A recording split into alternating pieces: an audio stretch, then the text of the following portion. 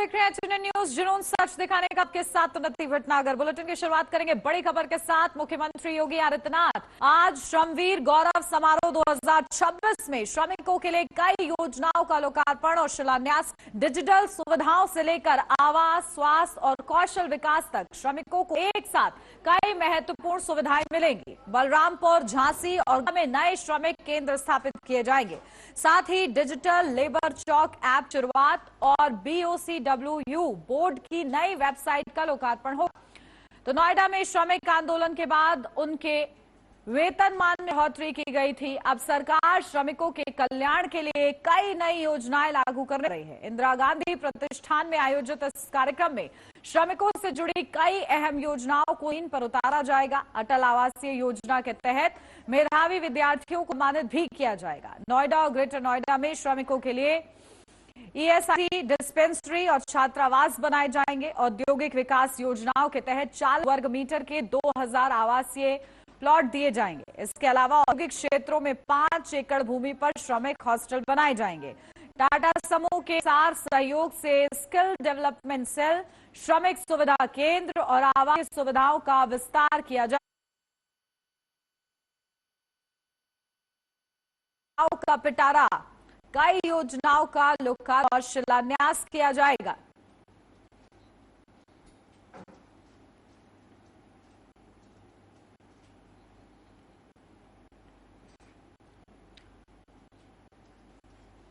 Update लेते हैं इस पर। हमारे पुनीत मोहन हमारे साथ जुड़ गए हैं। पुनीत, क्या कुछ जानकारी देके श्रमिकों के लिए योजनाओं का मिलने वाला है? क्या कुछ खास रहने वाला है? उनके स्वास्थ्य के लिए, उनके आवास की क्या व्यवस्था होगी? क्या पूरा ब्लूप्रिंट? मौके पर उत्तर प्रदेश के मुख्यमंत्री इंदिरा गांधी लखनऊ में श्रमिकों को एक बड़ा तोहफा देने जा रहे हैं। जिस तरीके से नोएडा में पिछले दिनों श्रमिक आंदोलन हुआ, अपने हक की मांग कर रहे थे, उनके वेतनमान में बढ़ोतरी करी गई है, लेकिन अब उनको सुविधाएं भी देनी और उन सुविधाओं से ज्यादा जरूरी है उनकी स्वास्थ्य, उनकी फ्यूचर की सिक्योरिटी। तमाम तरीके के बड़े कदम उत्तर प्रदेश सरकार उठाने जा रही है, जिसमें उनका हेल्थ इंश्योरेंस से लेकर के उनके परिवार की, अगर उनको कुछ हो जाता है तो की जीविका कैसे चलेगी, इसकी पूरी जिम्मेदारी सरकार लेगी और सरकार तरीके के माध्यम से उनको कई सुविधाएं प्रदान करेंगी। देखिए, आज जो लखनऊ में बलरामपुर, झांसी, गोंडा से तमाम जगह से श्रमिक इकट्ठा हो रहे हैं। इसमें तमाम जगह पर अब नए श्रमिक केंद्र खोले जाएंगे। डिजिटल लेबर चौक की एक योजना होगी, यानी कि अगर किसी की भी नौकरी जाती है, देखिए डेली वेजेस जॉब भी होती है, इसमें ज्यादातर श्रमिक को उनकी डेली वेजेस जॉब होती है, यानी कि आज काम मिला तो उन्होंने काम किया और अगर कल काम नहीं मिला तो खाली। ऐप की स्थापना होने जा रही है। आप ऐप पे क्लिक करेंगे, आपकी जो लोकेशन उसके आसपास अगर किसी भी फैक्ट्री में कहीं पर भी कोई काम है तो आपको तुरंत काम मिलेगा। तमाम तरीके सरकार प्रदान करने जा रही है। वेतनमान बढ़ाने को लेकर के जिस तरीके से प्रदाता, उसके बाद एक निश्चित वेतनमान सरकार ने कर दिया था। अब ऐसे में कोई भी श्रमिक खाली ना बैठे और किसी भी उसको दिक्कत का सामना ना करना पड़े, तो सरकार पूरी तरीके से कटिबद्ध है और सर इस तरीके से प्रयास कर रही है। उसको कहीं ना कहीं वो देखने वाली बात है। श्रमिकों की योजनाओं का आज लोकार्पण होना है, शिलान्यास होना है और मुख्यमंत्री खुद श्रमिकों को बता कि उत्तर प्रदेश में काम करना कितना सुगम और सरल हो चुका है। जिस तरीके हक की बात है, पिछले दिनों हमने देखी कि नोएडा में श्रमिक आंदोलन हुआ, अपने हक की बात बढ़ाने की बात कर रहे थे। अब उनके वेतन के साथ साथ उनके स्वास्थ्य की चिंता, उनके परिवार में उनके स्वास्थ्य की चिंता, अगर उनको कुछ हो जाता है तो उनका परिवार कैसे सिक्योर रहेगा, उनके बच्चों से सिक्योर रहेगी। इंश्योरेंस के माध्यम से इस सारी चीजों को बेहतर करना है। उत्तर प्रदेश को अगर उत्तर प्रदेश है तो श्रमिकों को एक साथ लेकर के चलना होगा।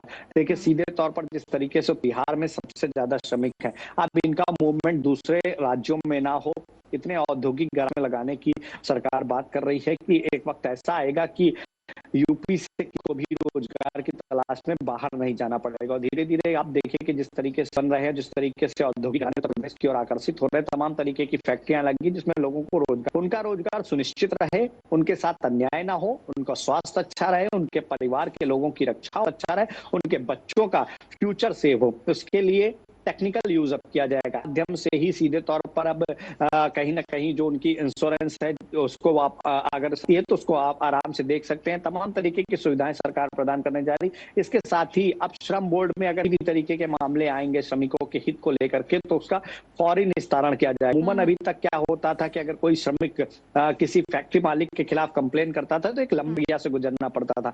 उदाहरण के तौर पर अगर मैं बताऊं तो नोएडा के किसी श्रमिक ने अगर श्रमिक श्रम बोर्ड में कंप्लेन करी तो तमाम तरीके की डेट लगती थी, तमाम तरीके की कवायद होती थी। लेकिन से भी पूरी तरीके से ऑनलाइन किया जा रहा है। वो अपना स्टेटस देख सकता है और जो तरीके के फैक्ट्री मालिक हैं जो श्रमिकों का शोषण करते हैं, उनके साथ अन्याय करते हैं, जो इत्यादि नहीं देते हैं, अब उन पर सरकार सख्त होने वाली है और उन पर सख्त आएगा अगर वो श्रमिकों का हक मारेंगे। श्रमिकों के हित की बात हो रही है और सीएम योगी दिशा में बेहतरीन कदम आगे बढ़ाते हुए नजर आ रहे हैं। ठीक है, बहुत शुक्रिया पुनीत आपका तमाम जानकारी के। बढ़ेंगे आगे। नोएडा में अंतर्राष्ट्रीय श्रमिक दिवस के मद्देनजर गौतमनगर पुलिस पूरी तरह से अलर्ट मोड पर है। औद्योगिक क्षेत्रों और प्रमुख चौराहों शांति व्यवस्था बनाए रखने के लिए पुलिस कमिश्नरेट ने सुरक्षा का पहरा तैयार किया है। जिले को जोन और सेक्टर में बांटकर चप्पे चप्पे पर नजर रखी जा रही है। श्रमिकों के संभावित प्रदर्शनों को देखते हुए जिले में 8 मई तक भारतीय नागरिक सुरक्षा संहिता 2000 धारा 163 लागू कर दी गई है। कानून व्यवस्था को पुख्ता करने के लिए 50 से अधिक संवेदनशील स्थानों पर ड्रोन कैमरास और सीसीटीवी के जरिए हाईटेक ले जा रही है। सुरक्षा को चाक चौबंद करने के लिए पूरे कमिश्नरेट को 11 और 49 सेक्टर में विभाजित किया गया है। इसमें नोएडा, सेंट्रल नोएडा और ग्रेटर नोएडा जोन के लिए अलग अलग टीमें तैनात की गई हैं। इस सुरक्षा विभाग में बाहरी जनपदों से आए भारी पुलिस बल को भी शामिल किया गया है। Duty 6 SP, 14 additional SP, 30 deputy SP समेत करीब 1800 से ज्यादा पुलिसकर्मी और 10 कंपनी पीएसी तैनात की गई है। खास बात यह है कि इस बार महिला पुलिसकर्मियों और कर्मचारियों की भी बड़ी संख्या में ड्यूटी लगाई गई है। टीमें लगातार क्षेत्र में गश्त कर रही हैं। वहीं कंट्रोल रूम से भी राजपत्र पल पल की अपडेट ले रहे हैं। पब्लिक एड्रेस सिस्टम के माध्यम से लोगों को शासन के निर्देशों के जागरूक किया जा रहा है।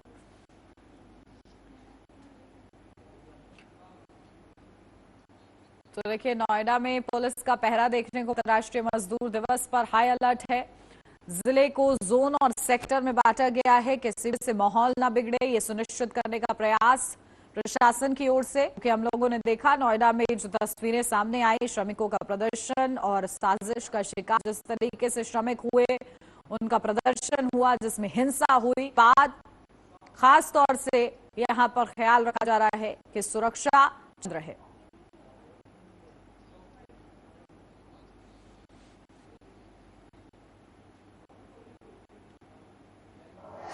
और चलिए अपडेट लेते हैं। रमेश परियार हमारे संवाददाता हमारे साथ जुड़ गए। रमेश, क्या कुछ जानकारी देखिए आज व्यवस्था रहने वाली है, किस तरीके से चप्पे चप्पे पर निगरानी?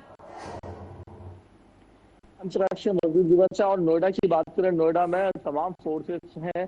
1000 से अधिक पीएससी का बल तैनात है। साथ ही साथ 11 जो 49 सेक्टर में इस एरिया को बांटा गया है। नोएडा, ग्रेटर नोएडा का इलाका विशेष तौर पर फेज 2 का इलाका, जहाँ पे मदरसन कंपनी से ये और सारी जो फसाद की हुई थी वहीं से प्रदर्शन शुरू हुआ था वेतन वृद्धि को लेकर।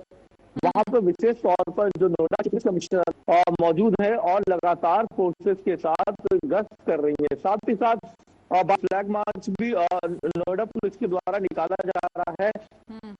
पीएससी की तमाम है और आरएएफ की भी कंपनियां तैनात हैं और जितनी भी बड़ी कंपनियां नोएडा की तैनात है। सुबह से हम देख रहे हैं लगातार हजारों की संख्या में पुलिसकर्मी नजर आ रहे हैं। साथ ही साथ सुरक्षा की जिम्मेदारी ले रहे हैं। उनका कहना जो क्षेत्र में और नोएडा क्षेत्र में किसी भी तरीके का कोई भी अगर तनाव की स्थिति पैदा करता है सख्त कार्रवाई की जाएगी। वहीं किसी भी आशंका को देखते हुए, क्योंकि आशंका ना हो कोई दंगा भड़काने की कोशिश ना करे, कोई इस दिन मजदूर दिवस का साथ कोई सड़कों पर ना आ जाए, इसको लेके पुलिस फोर्स ने कल शाम से ही तैयारी शुरू कर दी थी। शाम से ही और जो पुलिस फोर्स का पैदल मार्च है वो शुरू हो गया था। फ्लैग मार्च नोएडा के विभिन्न सेक्टर, जितने भी औद्योगिक सेक्टर, सेक्टर 63 हो, सेक्टर 64 हो, 65, सेक्टर 82 हो, 80 हो, सेक्टर 15 हो और सेक्टर 6 हो, जो भी इंडस्ट्री है सभी इंडस्ट्रियल इलाकों में और इस तरीके का जो फ्लैग मार्च शुरू कर दिया था नोएडा पुलिस के द्वारा। फोर्सेस के द्वारा ये भी सुनिश्चित किया गया कि सुरक्षा को लेकर हम पूर्ण रूप से तैयार है, कि भी सुरक्षा को लेकर हम कोताही नहीं बरतेंगे, चाहे वो मजदूर हो चाहे वो आम हो। क्योंकि पिछली बार जब हमने देखा 13 अप्रैल के दिन जो हिंसा हुई थी, उस हिंसा में आम गाड़ियों को तोड़ा गया था, जलाया गया था। तो इसलिए आम नागरिकों को आश्वस्त करने के लिए नोएडा पुलिस के और कल दोपहर में बीएनएस की धारा 163 लागू कर दी गई। बीएनएस की धारा के तहत कहीं पे भी किसी भी सार्वजनिक स्थान में 5 व्यक्ति से अधिक मिलते हैं तो उनके खिलाफ कड़ी से कड़ी कार्रवाई की जाएगी। और साथ ही साथ किसी भी प्रदर्शन, किसी भी धरना, किसी भी सार्वजनिक कार्यक्रम की अनुमति नहीं दी जाएगी। क्योंकि ऐसे में अगर इसकी धारा लगी हुई है 8 मई तक नोएडा के अंदर लागू कर दी गई है, वहीं इतनी फोर्सेस, अन्य जनपदों की फोर्सेस बुलाई गई है और इतनी संवेदनशीलता के बाद भी अगर कोई प्रदर्शन करने की कोशिश करेगा तो उसके खिलाफ कड़ी कार्रवाई की जाएगी। वहीं अगर एक पहलू ये भी बात करें कि आज 1 तारीख और महीने की शुरुआत है, जैसे कि लोगों की जो सैलरी आती है वो 30 के बाद और 10 तारीख तक आती है। नोएडा के जो मजदूर है इनकी 10 तारीख तक सैलरी आती है। तो कहीं ना कहीं जब सैलरी आ रही है तो ऐसा रहा होगा असंतोष पैदा हो जाए सैलरी को लेकर। इसको लेकर जो फोर्सेस है वो अलर्ट मोड पर है और नोएडा की जो पुलिस कमिश्नर है वो खुद मौके पे और सड़कों पे उतर रही है और साथ ही साथ सुरक्षा को आश्वस्त कर रही है। और नोएडा के आला अधिकारी, डीसीपी सभी अपनी फोर्सेस अपने और टीम को लेकर जोन में बटे हुए सेक्टरों में बांटा है। 11 जोन में शहर को बांटा है। सभी अपने सेक्टरों में तैनात है और फोर्सेस सुरक्षा के साथ पूरी दल बल के साथ चल रही है, पूरी सुरक्षा को आश्वस्त कर रही है। और कोई भी ऐसा सोशल मीडिया के माध्यम से कोई ऐसा मैसेज कन्वे करता है और कि यहाँ पे ऐसा हो गया वैसा हो गया, किसी भी तरीके का कोई मैसेज, फेक मैसेज कन्वे करता है। पहले हम लोगों ने देखा था रमेश, किस तरीके से जहाँ व्हाट्सएप के जरिए भी लोगों को भड़काया गया और किस तरीके से हिंसा हुई थी। तो आज सुरक्षा का पहरा यानी कि देखने को मिल रहा है। ठीक है, बहुत शुक्रिया रमेश आपका तमाम जानकारी के लिए। बढ़ते आगे, यूपी के उन्नाव के गंगा घाट कोतवाली क्षेत्र में एक सड़क हादसे 40 वर्षीय युवक की मौत हो गई। पिपरी गांव मोड़ के पास ट्रैक्टर ट्रॉली से बाइक की टक्कर हो गई। कुंवारिया खेड़ा निवासी रामू पासी ने मौके पर ही दम तोड़ दिया। पासी दिल्ली में निजी नौकरी करता था और हाल ही में अपने भाई सुशील की शादी में शामिल होने घर आया था। 27 अप्रैल को सुशील की शादी संपन्न। बुधवार रात रामू अपने जीजा को बनी गांव छोड़कर बाइक से वापस लौट रहा था कि पिपरी गांव मोड़ के पास पहुंचते ही सामने से आ रही ट्रैक्टर ट्रॉली से उसकी बाइक की जोरदार टक्कर हो गई। टक्कर इतनी भीषण थी कि रामू की मौके ही मौत हो गई और बाइक बुरी तरीके से क्षतिग्रस्त हो गई। घटना की सूचना आसपास के ग्रामीण मौके पर पहुंचे और पुलिस को जानकारी दी। गंगा घाट कोतवाली पुलिस घटनास्थल पर पहुंचकर शव को कब्जे में लिया और पोस्टमार्टम के लिए भेज दिया है।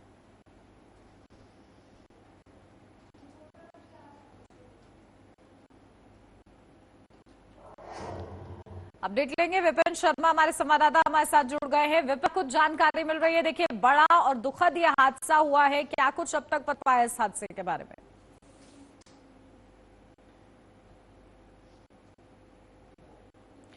विपिन, मेरी आवाज मिल रही है आपको?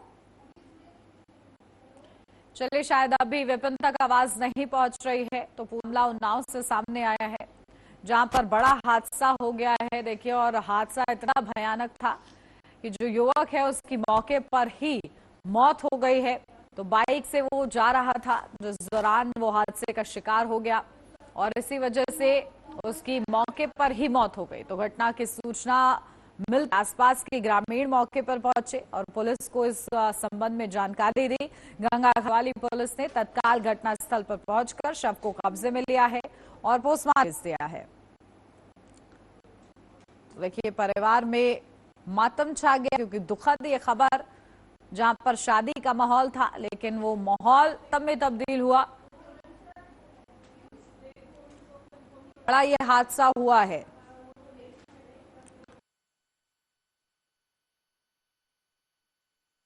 जोरदार टक्कर हुई है और इसी वजह से रामू नाम के शख्स की जान गई है।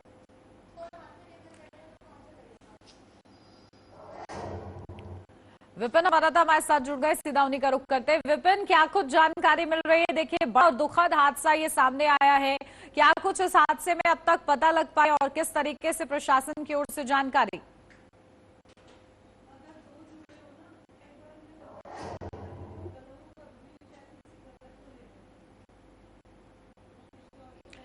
विपिन, मेरी आवाज मिल रही है आप?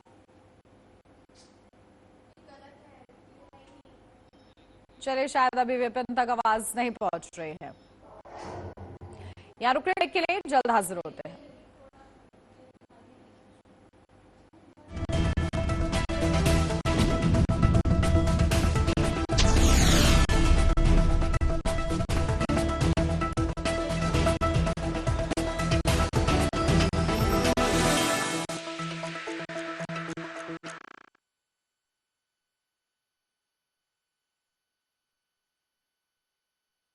आइसक्रीम खाओगी? जंगल में आइसक्रीम दी है समर कूल रेफ्रिजरेटर। आप अपनी ड्यूटी निभाओ, ये अपनी ड्यूटी आएगा। समर कूल, लाइफ बनाए वंडरफुल। फर्श की टाइल्स को चेंज करो, बड़ी स्लिपरी हैं। थर्मोकूल वॉशिंग मशीन। मकूल, इंडिया का नया अंदाज। जॉइंट पेन के लिए डॉक्टर ऑर्थो ऑयल के अमेजिंग रिजल्ट सबको पता है, पर क्या आपको पता है कि पुराने और ज्यादा बिगड़े दर्द के लिए डॉक्टर ऑर्थो ऑयल के साथ डॉक्टर ऑर्थो कैप्सूल्स को भी रेगुलर यूज करना चाहिए। ये कोई टेम्पररी पेन किलर आयुर्वेदिक औषधि है। लोग बोलते हैं आयुर्वेद में बड़ी बड़ी बीमारियों का इलाज समय है। मैं आपसे बोलता हूं, अगर आप पंचकर्मा कराते हो, नेचुरोपैथी की मदद लेते हो, डाइट ठीक हो, योगा करते हो, आप बॉडी को डिटॉक्स करते हो, तो बड़ी बड़ी बीमारियों को हरा सकते हो। जहां हर खबर है पहाड़ों की तरह खूबसूरत और हर मुद्दा है उतना ही दमदार। चार धाम यात्रा हो या बारिश का अलर्ट, पहाड़ों की सुरक्षा हो या सरकार के बड़े फैसले, हम बताएंगे आपको हर वक्त हर खबर के साथ। नए उत्तराखंड की नई आवाज, उत्तराखंड HNN न्यूज पर।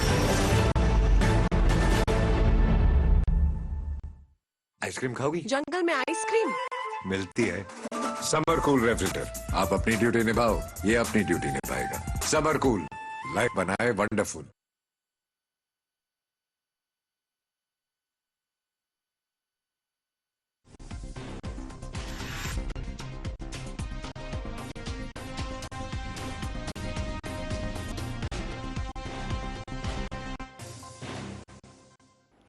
ब्रेक के बाद स्वागत है आपका। बढ़ते हैं आगे और जिक्र उन्नाव की खबर का हो रहा, जहां उन्नाव के गंगा घाट कोतवाली क्षेत्र में एक सड़क हादसे में 40 वर्षीय युवक की मौत। पिपरी गांव मोड़ के पास ट्रैक्टर ट्रॉली से बाइक की टक्कर हुई थी, जिसमें रामू नाम के शख्स की मौत हो गई थी और मौके पर ही मौत हुई थी। हादसा बेहद ही ज्यादा दुखद था। इस मामले में ग्रामीणों ने तत्काल सूचना पुलिस को पहुंचाई थी।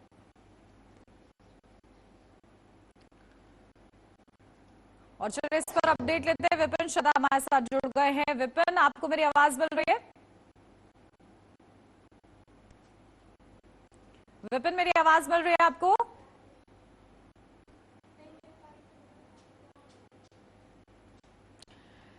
चलिए, शाह विपिन तक अभी भी आवाज नहीं पहुंच रही है। विपिन, अब आपको मेरी मिल रही है?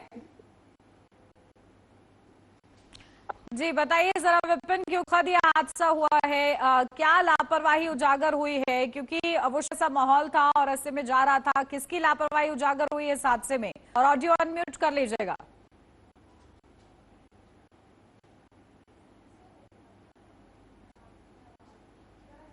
क्षेत्र के पिपरी गांव के सड़क हादसा होता है, जहां युवक की मौके पर मौत होती है।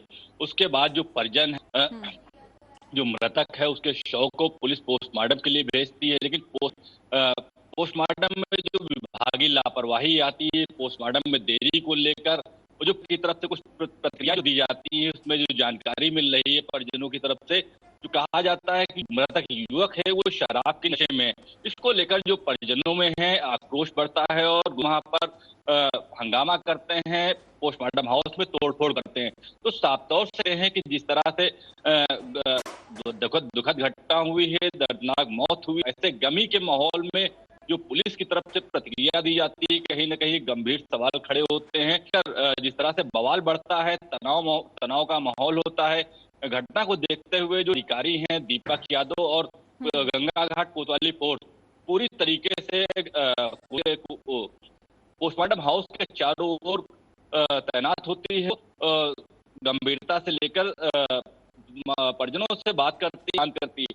लेकिन जिस तरह से पोस्टमार्टम हाउस में बवाल होता है, कहीं न कहीं प्रशासनिक सिस्टम पर सवाल खड़ा होता है, क्योंकि जिस तरीके से गंगा घाट कोतवाली क्षेत्र में एक ट्रैक्टर से कुचलकर मौत होती है, जो परिजन है लगातार जो ट्रक चालक है उसकी गिरफ्तारी की मांग करते हैं, लेकिन किसी भी तरह की कोई भी अभी तक कार्रवाई हो रही है। लेकिन फिलहाल जो बात करें, जो ट्रैक्टर है जेल में जरूर ले लिया गया, लेकिन चालक जो है मौके से फरार हो गया था। इसके बाद देखिए तलाश किस तरीके से होती है और क्या कार्रवाई उस पर ये देखना होगा। बहुत शुक्रिया विपिन आप। बढ़ेंगे आगे। फतेहपुर जिले के खागा कोतवाली क्षेत्र में मंगे साथ घूमने गई एक लड़की के साथ रेप की घटना ने गंभीर रूप ले लिया। जिला प्रशासन फरार अभियुक्त बबलू सिंह सिंगरौर के अवैध कब्जे पर बुलडोजर चलाया। बुलडोजर कार्रवाई कब मच गया। सरकारी जमीन पर अवैध कब्जा कर रखा था। मौज बहादगा की घाटा संख्या 2067 चारागाह की जमीन थी। ग्राम बहादुरा की घाटा संख्या 2067, जिसका रकबा 240 हेक्टेयर, जो राजस्व अभिलेखों में चारागाह के नाम दर्ज है, वहाँ पर राजस्व टीम, नगर पंचायत टीम और पुलिस बल के द्वारा जो अवैध था उसको हटाया गया है। और पूर्व में भी इसमें कार्रवाई की, परंतु समय कब्जा न हटाने के कारण आज पुनः संयुक्त टीम के द्वारा हटाया गया है। और आगे भी जो सरकारी टीम जमीनों पर जो कब्जे की शिकायत आएगी तो उसमें नियमानुसार कार्रवाई करते हुए अतिक्रमण को हटवाया जाएगा। अपडेट लेते हैं। हमारे संवाददाता सोहन लाल हमारे साथ जुड़ गए फतेहपुर से। सोहन लाल, क्या जानकारी मिल रही है? गैंगरेप का क्या ये पूरा मामला है? कौन आरोपी? जी बता दें कि जो है मंगेतर के और युवती के साथ जो है गैंगरेप और मारपीट की घटना को अंजाम दिया गया था। आरोपियों को पुलिस पहले ही जेल भेज चुकी है और फरार अभियुक्त जिसका नाम बबलू सिंह उर्फ भूत है, उसके खिलाफ से 1 लाख का इनाम भी घोषित किया है। अभियुक्त अभी तक फरार है, जिसकी तलाश है। पुलिस ने जो है अवैध कब्जे को लेकर उसकी जमीन को जो हरागा की जमीन को जो है कब्जा मुक्त कराया गया है प्रशासन द्वारा। अब तलाश जारी है। जी 60 टीमें लगाई गई हैं, जिसकी तलाश करिए और गिरफ्तार जल्दी हो सके, इसके लिए 60 टीमें पुलिस ने गठित की हैं, जल्दी की जाएगी। जी ठीक है, बहुत शुक्रिया आपका सोनलाल तमाम जानकारी के लिए। मेरठ कैंट क्षेत्र में अब ब्रिटिश दौर के नाम इतिहास वाले हैं। उनकी जगह अब भारतीय महापुरुषों के नाम गूंजेंगे। दरअसल कैंट बोर्ड की ये अहम फैसला लिया गया, जिसकी अध्यक्षता ब्रिगेडियर संजीव कुमार सिंह ने की। बैठक में तय की पहले कागजों में बदले जा चुके नामों को अब जमीनी स्तर पर लागू किया जाएगा। इसके तहत आर्य बाजार का नाम बदलकर सुभाष बाजार, बीआई लालकुर्ती को जबर और बीसी रजबन को शिवाजी नगर किया जाएगा। इस नए नामों के बाद के लिए क्षेत्र में बड़े पैमाने पर साइन बोर्ड और होर्डिंग्स लगाए जाएंगे। क्या अभी स्पष्ट किया कि जिन क्षेत्रों के नाम अभी तक नहीं बदले हैं उनके लिए एक विशेष समिति गठित की जाएगी, जो ही नए नामों को लागू करेगी। पूरे छावनी क्षेत्र में एक का समान डिजाइन और रंग के बनने की योजना भी बनाई गई है, ताकि नई पहचान स्पष्ट रूप से नजर आए।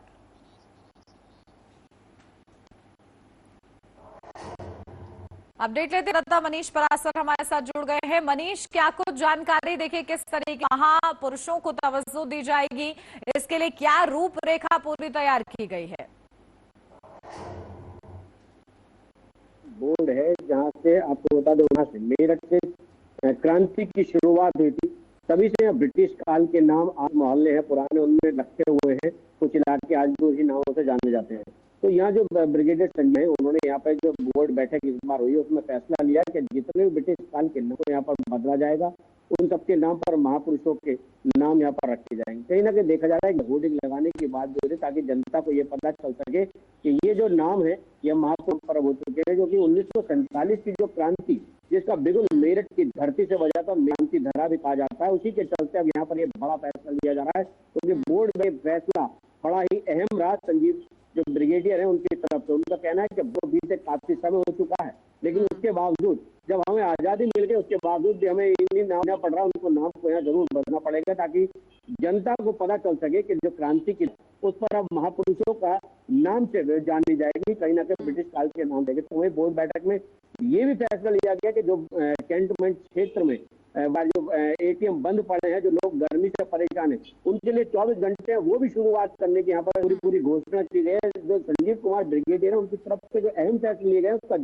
स्वागत किया है। जो छावनी परिषद के उपाध्यक्ष हैं, पूर्व उपाध्यक्ष है, वो भी सत्सन करते नजर आए। तमाम उनका भी कहना है कि जो 1947 की क्रांति के समय के नाम से जाने जा रहे, देखिए ब्रिटिश नामों की विदाई हो रही है, बेहतरीन, और कहीं ना कहीं महापुरुषों को याद करने का एक बड़ा अवसर भी इसके माध्यम से मिल पाएगा। बहुत शुक्रिया मनीष आपका धमाके। और इसी के साथ इस बुलेटिन में बस इतना ही। खबरों का सिलसिला आगे भी जारी रहेगा। आप देखते रहिए HNN न्यूज, जुनून सच दिखाने का।